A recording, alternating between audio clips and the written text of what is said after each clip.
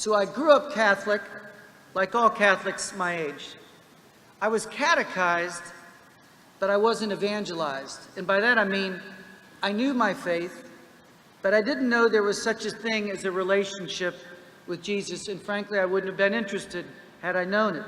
And then lightning kind of struck my life, and the Lord seemed to want my full attention.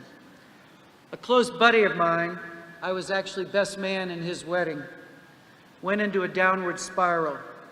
He lost his wife, he lost his job, and then he lost his senses. He took his own life.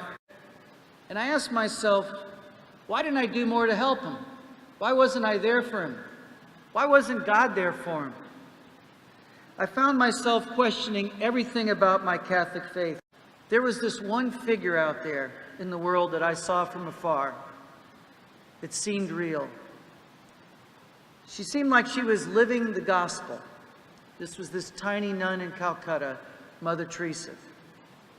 She seemed to be what a Christian was meant to be. So I wanted to meet her.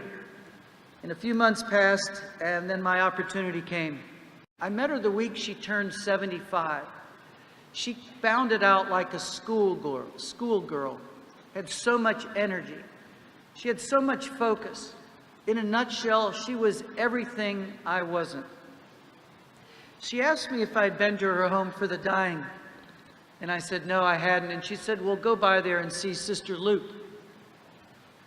I thought, okay, I'd be happy to do that. So we talked for a very brief period of time, and I said goodbye to her.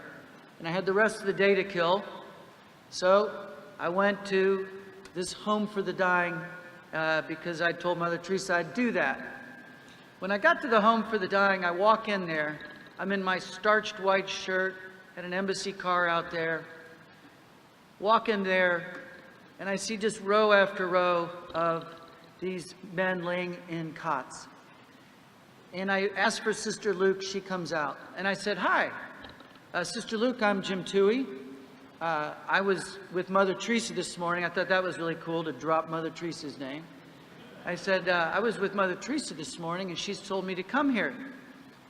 And Sister Luke said, great.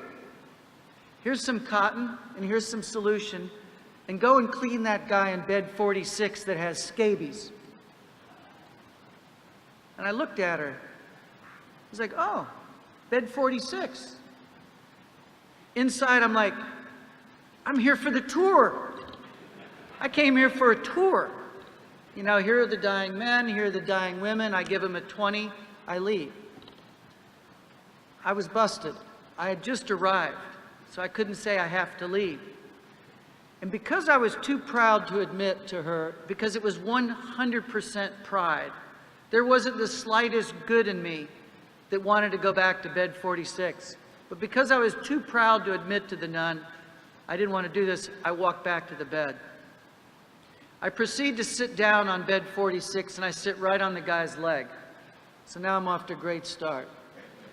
And this volunteer comes by that spoke English, and I said, hi, Sister Luke told me to come clean this guy. He's got scabies, she said. And he goes, yeah, that's right, he's got scabies.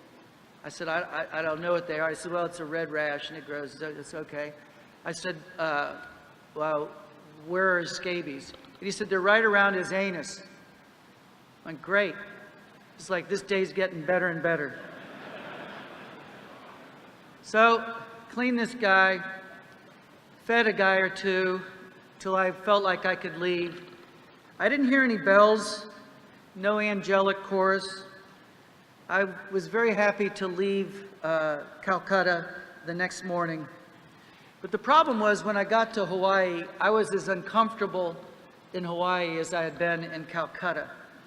And this contrast between these two places, a day apart, really tormented me. I mean, I was glad I wasn't in India, but I wasn't so happy that I was in Hawaii now.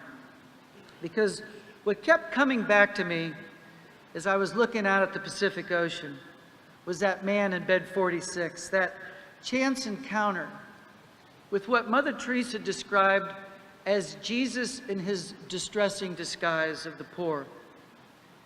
And I came to realize in the years that followed that Jesus, in his kindness, in his mercy, was waiting there for me in that bed. And I came to realize over time that when I had touched that dying man, that the good Lord had touched me back. And this was a turning point in my life.